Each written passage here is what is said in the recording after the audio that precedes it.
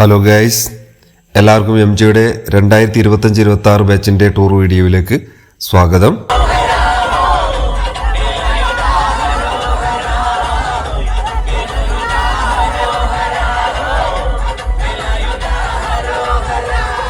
ഈ വർഷത്തെ ടൂറിൻ്റെ 3ാമത്തെ ബാച്ചാണ് ഈ പോകുന്നത്. എല്ലാവരും മലയാളം മീഡിയം സ്റ്റുഡൻസ് ആണ്. 4 ബസ്സുകളിലായിട്ടാണ് ഞങ്ങൾ പോകുന്നത്. ഈ 4 ബസ്സുകളിൽ ഏതാണ്ട് 200ഓളം കുട്ടികളും 15ഓളം അധ്യാപകരും ഒരുമിച്ചാണ് പോകുന്നത്. ഏതാണ്ട് ഞങ്ങൾ 215ഓളം പേരുണ്ട്. രാത്രി 9:30 ആയിട്ടുണ്ട്. 9:30ക്ക് തുടങ്ങിയ യാത്ര ആട്ടവും പാട്ടുമായിട്ട് അടിച്ചു പൊളിച്ച് മുന്നോട്ട് പോവുകയാണ്. സമയം പോയത് അറിഞ്ഞതേയില്ല. ഞങ്ങൾ നേരം വെളുത്ത് തുടങ്ങിയപ്പോഴേക്കും കൊടൈക്കനാലിലെത്തിയിരിക്കുന്നു. കൊടൈക്കനാലിൻ്റെ തണുപ്പും പച്ചപ്പും ഞങ്ങളെ വരവേറ്റു. പ്രഭാത സൂര്യൻ്റെ നയന മനോഹരമായ ദൃശ്യങ്ങളാണ് ഞങ്ങളെ വല്ലാതെ ആകർഷിക്കുന്നത്. ഈ കാണുന്ന ദൃശ്യങ്ങളൊക്കെ തന്നെ രാവിലെയുള്ള ദൃശ്യങ്ങളാണ്. അതിമനോഹരമായ ദൃശ്യങ്ങളാണ്. കുട്ടികളൊക്കെ ഉറങ്ങി എഴുന്നേറ്റ് വരുന്നതേയുള്ളൂ.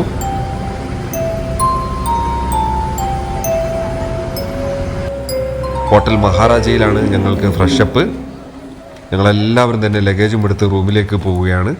ഫ്രഷപ്പായി വരുമ്പോഴേക്കും ബ്രേക്ക്ഫാസ്റ്റൊക്കെ റെഡി ആയിട്ടുണ്ട്. നല്ല ചൂടുള്ള പുട്ടും കടലക്കറിയും പൂരിയും ബജിയും ഇഡലിയും ചട്നിയും ബ്രെഡും ചാമും എല്ലാം ഉണ്ട് ബ്രേക്ക്ഫാസ്റ്റിന്.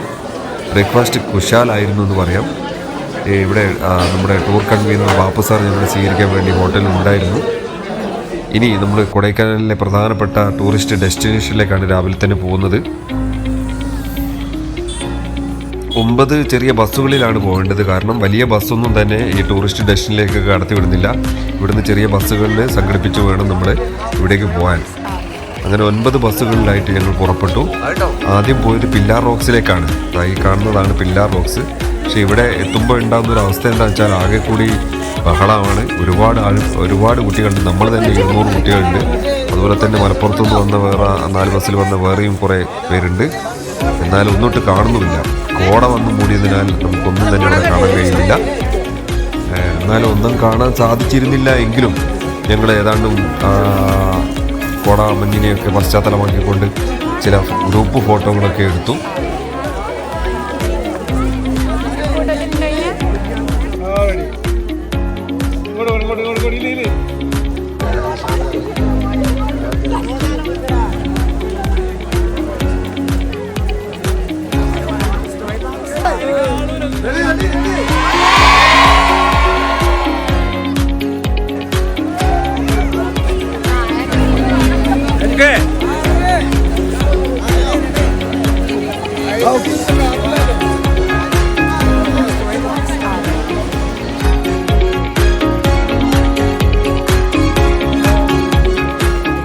നമ്മൾ വന്നത് പില്ലാർ റോക്കിലാണ്. പില്ലാർ റോക്കിൽ വന്നപ്പോൾ ഇപ്പോൾ കോട മൂടി കിടക്കുകയാണ്. അന്നപ്പോൾ ഇത് ഇവിടെ ഒന്നും കാണാൻ കഴിയില്ല. ഇനി അടുത്ത ഡെസ്റ്റിനേഷനിലേക്കാണ് ഞങ്ങൾ പോകുന്നത്.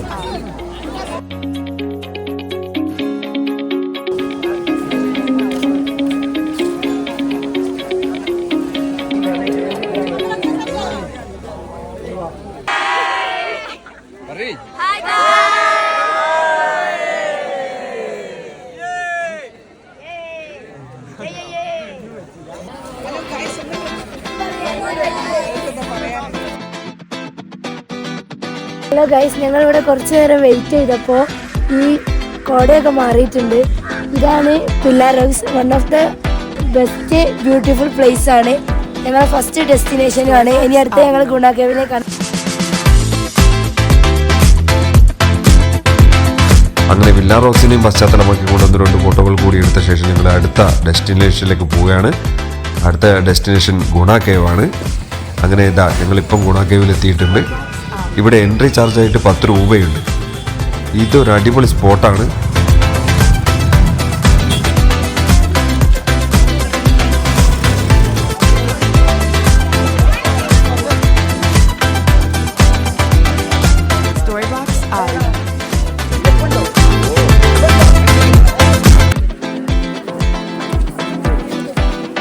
Storybox Audio.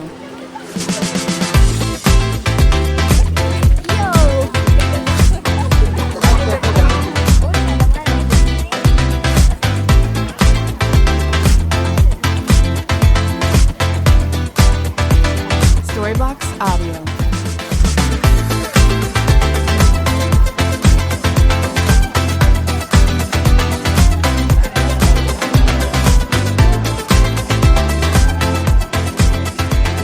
നല്ല കോടയും തണുപ്പും മഞ്ഞും ഒക്കെ ഉണ്ട് ഇവിടെ. മഞ്ഞുമ്പൽ ബോയ്സ് എന്ന് പറയുന്ന ഒരു സിനിമ ഇപ്പോൾ അടുത്തിറങ്ങി, നിങ്ങൾക്കറിയാം. അതിലെ സുഭാഷിനെ നിങ്ങളാരും മറന്നിട്ടുണ്ടാവില്ല. ആ സിനിമയുടെ ലൊക്കേഷനാണ് ഇവിടെ. ഇവിടെയാണ് അത് ചിത്രീകരിച്ചത്. ഇവിടെ ഒട്ടനവധി ഗുഹകളുണ്ട്. എന്നാൽ ഇപ്പോൾ അവിടേക്കൊന്നും പ്രവേശനമില്ല. അതൊക്കെ വേലി കെട്ടി ഭദ്രമായിട്ട് സംരക്ഷിച്ചിരിക്കുകയാണ്. ഇവിടെ കാണുന്ന ഒരു കാഴ്ച എന്താണെന്ന് വെച്ചാൽ ഈ കാണുന്ന വേരുകൾ കെട്ടുപിണഞ്ഞ് കിടക്കുന്ന മനോഹരമായൊരു ദൃശ്യം കണ്ടില്ലേ? ഇതാണ് ഇവിടുത്തെ ഒരു ഹൈലൈറ്റ്. ഈ വേരുകൾക്കിടയിൽ നിന്നുകൊണ്ട് ഒരുപാട് ഫോട്ടോസൊക്കെ എല്ലാവരും എടുക്കുന്നുണ്ട്. അപ്പോൾ മനോഹരമായ ദൃശ്യം നമുക്ക് ഇവിടെ കാണാം. ഇവിടെയും നല്ല തിരക്കുണ്ട്. കൊടൈക്കനാൽ വന്നാൽ ഒരിക്കലും നമ്മൾ മിസ് ചെയ്യാൻ പാടില്ലാത്തൊരു ഡെസ്റ്റിനേഷനാണിത്. ഇവിടെ നിന്നും ഏതാനും ഫോട്ടോ ഒക്കെ എടുത്ത ശേഷം ഞങ്ങൾ വീണ്ടും അടുത്ത കേന്ദ്രത്തിലേക്ക് നീങ്ങി. അടുത്ത ലൊക്കേഷൻ എന്ന് പറയുന്നത് പൈൻ ഫോറസ്റ്റ് ആണ്. നിരവധി ചലച്ചിത്രങ്ങൾ ഇവിടെ ചിത്രീകരിച്ചിട്ടുണ്ട്. ഇവിടുത്തെ കാറ്റും തണുപ്പും ഒരു വേറിട്ട അനുഭവമാണ് നമുക്ക് സമ്മാനിക്കുന്നത്. പിന്നീട് ഏതാണ്ട് ഉച്ച ഭക്ഷണ സമയമാകുമ്പോഴേക്കും ഞങ്ങൾ ഹോട്ടലിലെത്തി. അങ്ങനെ ഹോട്ടലിൽ പറഞ്ഞതുപോലെ തന്നെ അവിടെയും വീണ്ടും തിരക്ക് തന്നെയാണ്. മഹാരാജാസിൽ തന്നെയാണ് ലഞ്ചും സംഘടിപ്പിച്ചിരുന്നത്. അങ്ങനെ ലഞ്ചും മികച്ചത് തന്നെയാണെന്ന് പറയാതെ വയ്യ. ലഞ്ചിന് ശേഷം ഞങ്ങൾ കൊടൈക്കനാലിലെ മോസ്റ്റ് അട്രാക്റ്റീവ് പ്ലേസ് എന്ന് വിശേഷിപ്പിക്കാവുന്ന ലേക്കിലേക്കാണ് പോകുന്നത്. അങ്ങനെ ലേക്ക് കാണാൻ വേണ്ടി പോവുകയാണ്. ഈ ലേക്കിൻ്റെ പ്രത്യേകത എന്ന് പറയുന്നത് ഇതൊരു സ്റ്റാർ ഷേപ്പിലുള്ള ഒരു ലേക്കാണ്. 4.5 കിലോമീറ്റർ ചുറ്റളവുണ്ട്. നമ്മൾ വിചാരിക്കും വളരെ കുറച്ചേ ഉള്ളൂ എന്ന്. എന്നാൽ 4.5 കിലോമീറ്റർ ഉണ്ട് ഇതിൻ്റെ ചുറ്റളവ്. ഇതിന് ചുറ്റുമുള്ള കാഴ്ചകളാണ് മനോഹരമായ കാഴ്ചകൾ. അതുപോലെ തന്നെ ഇവിടെ കുറേ സാധനങ്ങളുണ്ട്. സൈക്ലിംഗ് ഉണ്ട്. അതുപോലെ തന്നെ സൈക്ലിങ്ങിന് ഒരു റൗണ്ടിന് 100 രൂപയും 150 രൂപയൊക്കെ പറയുന്നുണ്ട്. വ്യത്യസ്ത രൂപത്തിലുള്ള സൈക്കിളുകൾക്ക് വ്യത്യസ്ത രൂപത്തിലുള്ള ചാർജാണ് ഈടാക്കുന്നത്. അതുപോലെ തന്നെ കുതിര സവാരിയുണ്ട്, ഷോപ്പിംഗ് ഉണ്ട്, ഫൺ ഗെയിംസ് ഉണ്ട്. അങ്ങനെ കുറേ ഐറ്റംസ് ഈ ലേക്കിന് ചുറ്റുമായിട്ടുണ്ട്. ഞങ്ങളുടെ കൂടെയുള്ള ടീച്ചർമാരിൽ ചിലരൊക്കെ തന്നെ ബോട്ട് സഫാരി നടത്തുന്നുണ്ട്.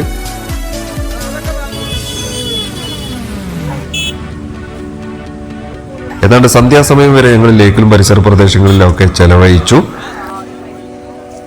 Storybox Audio. അതിനുശേഷം ഞങ്ങൾ ഡിന്നർ കഴിക്കാൻ വേണ്ടി മഹാരാജ ഹോട്ടലിലേക്ക് തന്നെ പോയി. ഒന്നാമത്തെ ദിവസം സന്തോഷത്തോടെ ഇവിടെ അവസാനിക്കുകയാണ്.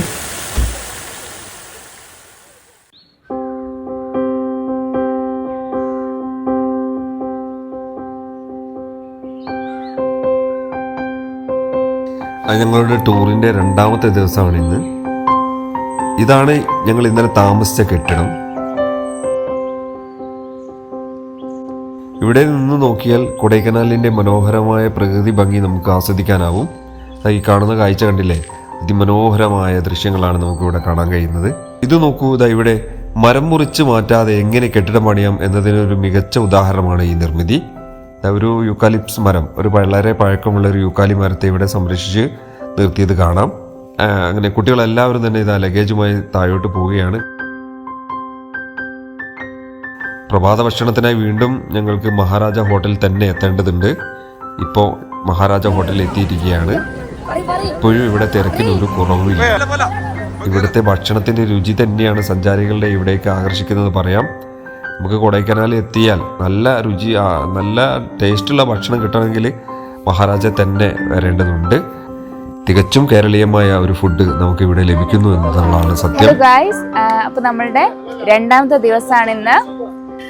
ഞങ്ങൾ രാവിലെ ബ്രേക്ക്ഫാസ്റ്റ് കഴിച്ചത് നമ്മുടെ മഹാരാജ എന്ന് പറഞ്ഞ ഹോട്ടലിൽ നിന്നാണ്. വളരെ നല്ല അടിപൊളി ഫുഡായിരുന്നു. ഹോട്ടലിൽ നല്ല റഷായിരുന്നു. മറ്റ് ജില്ലകളിൽ നിന്നും സ്റ്റുഡൻസ് വന്നിരുന്നു. എന്നിരുന്നാലും നമ്മൾ നന്നായിട്ട് ഫുഡൊക്കെ കഴിച്ചു. വളരെ ഹാപ്പിയാണ്. കമ്പം തേനി വഴി രാമക്കൽമേടിലേക്ക് പോവുകയാണ്. കമ്പത്തെ മുന്തിരിത്തോപ്പിലേക്ക് പോവുകയാണ്. അപ്പോൾ നമുക്ക് ബാക്കി വിശേഷങ്ങൾ അവിടുന്ന് കാണാം.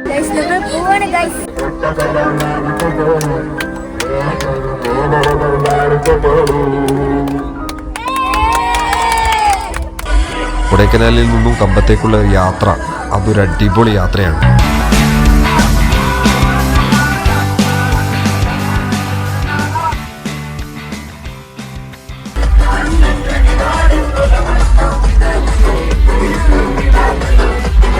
നയനമനോഹരമായ ദൃശ്യങ്ങൾ, പച്ചപുതച്ച് കിടക്കുന്ന വയലുകൾ, തലയുയർത്തി നിൽക്കുന്ന മാമലകൾ, ഇതെല്ലാം തന്നെ ഈ കമ്പത്തേക്കുള്ള യാത്രയെ വളരെയേറെ മനോഹരമാക്കുന്നുണ്ട്. അങ്ങനെ ഞങ്ങൾ കമ്പത്തെ മുന്തിരിത്തോപ്പിൽ എത്തിയിരിക്കുകയാണ്. ഇവിടെ ഈ റോഡിൻ്റെ ഇരുവശത്തുമായിട്ട് 2 മുന്തിരിത്തോപ്പുകളുണ്ട്.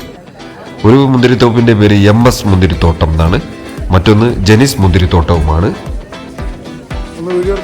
അങ്ങനെ ഞങ്ങൾ ജെനിസ് മുന്തിരിത്തോട്ടത്തിലേക്കാണ് ഇപ്പം കയറുന്നത്. മുന്തിരിത്തോട്ടത്തിലെത്തിയപ്പോൾ ആ മുന്തിരിത്തോട്ടത്തെ പശ്ചാത്തലമാക്കി ഏതാനും ഫോട്ടോ ഷൂട്ടൊക്കെ നടത്തി. എല്ലാവർക്കും ഫോട്ടോ എടുക്കണം എന്നുള്ള ഒരു തോന്നലുണ്ടായി. Storybox Audio.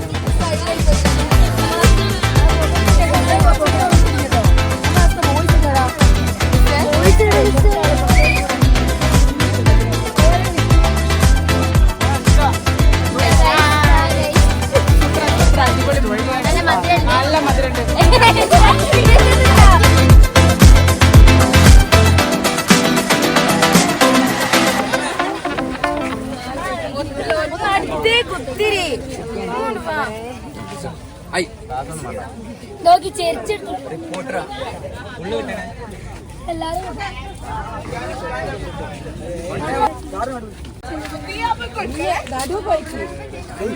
നമ്മളിപ്പോൾ കമ്പല്ലേ, കമ്പത്ത് മുന്തിരിപ്പാടത്തിലാണുള്ളത്. ഇവിടെ കുറെ മുന്തിരിയൊക്കെ ഉണ്ട്.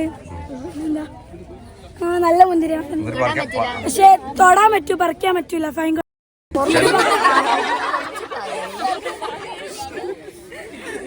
അല്ല, കുറച്ചെണ്ണം ഭാഗമാക്കി അങ്ങോട്ടുണ്ട് പച്ച മുന്തിരി. നമ്മളെ രാമക്കൽമേടിലേക്ക് യാത്ര തിരിക്കുകയാണ്. ഫുഡ് കഴിച്ചിട്ട് രാമക്കൽമേടിക്ക് പോകും. ഈ മുന്തിരിപ്പാടത്തിലെ കാഴ്ചകൾക്കും വിശേഷങ്ങൾക്കും ശേഷം ഇനി രാമക്കൽമേട്ടിലേക്കുള്ള യാത്ര ആരംഭിക്കുകയാണ്. ഞങ്ങൾ സഞ്ചരിച്ച ബസ്സാണ് ഈ കാണുന്നത്, 4 ബസ്. ഞങ്ങൾ ബോഡിമെട്ട് വഴിയാണ് രാമക്കൽമേട്ടിലേക്ക് പോകുന്നത്.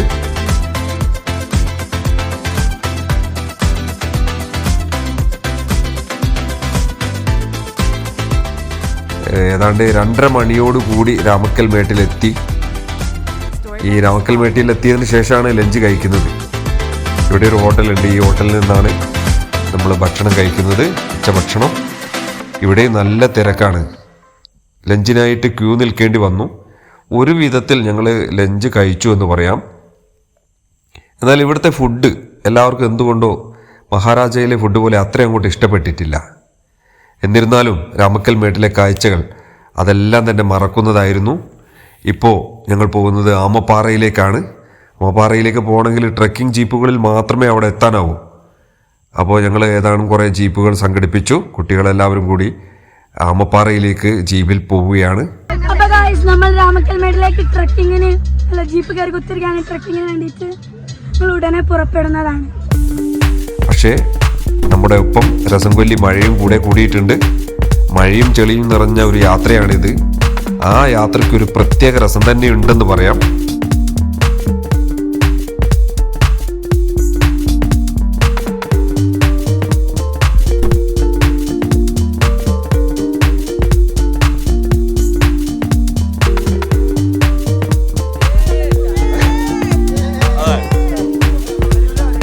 അതിസാഹസികമായ ഒരു ട്രക്കിംഗ് കഴിഞ്ഞ് ഇത് മാത്രം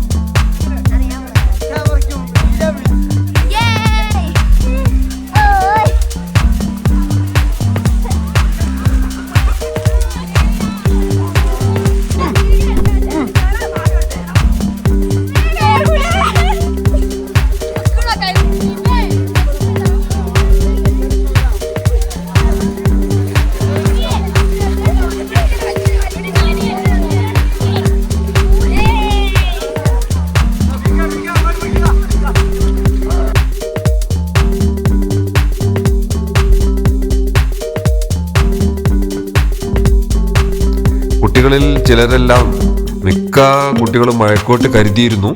അതുകൊണ്ട് തന്നെ മഴക്കോട്ടിട്ട് എല്ലാവരും മുകളിലേക്ക് കയറിയപ്പോൾ അതൊരു സിനിമാ രംഗം പോലെ തോന്നി. മലമുകളിൽ വെച്ച് പിന്നീട് ഞങ്ങൾ റെയിൽ നിർമ്മാണത്തിൻ്റെ തിരക്കിലായിരുന്നു.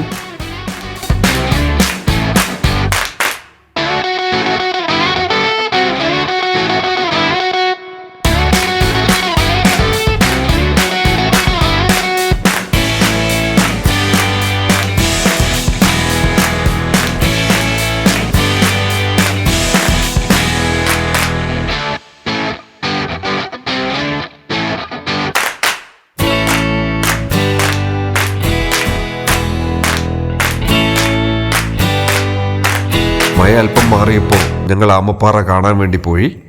ഏഷ്യയിലെ തന്നെ ഏറ്റവും വലിയ ആമപ്പാറ ശില്പം ഇവിടെയാണെന്നാണ് പറയുന്നത്. അതാണ് ഈ കാണുന്നത്.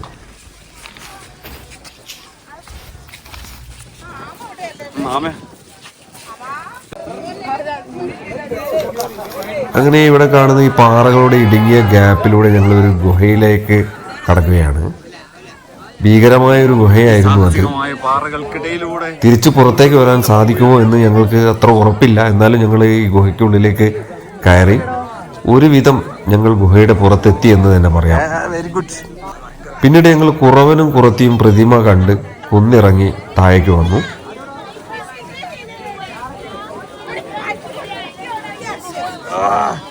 പിന്നീട് ഞങ്ങൾ രാമക്കൽ മേടിലെ മറ്റൊരു ഡെസ്റ്റിനേഷനായ കാറ്റാടിപ്പാടവും കണ്ടു. അവിടുത്തെ കാറ്റും കാഴ്ചയും തണുപ്പും എല്ലാം മനസ്സിൽ ആവാഹിച്ച് ഞങ്ങൾ വീണ്ടും ഹോട്ടലിലെത്തി. ഹോട്ടലിലെത്തിയപ്പോൾ അവിടെ DJ പരിപാടിയൊക്കെ ഉണ്ടായിരുന്നു.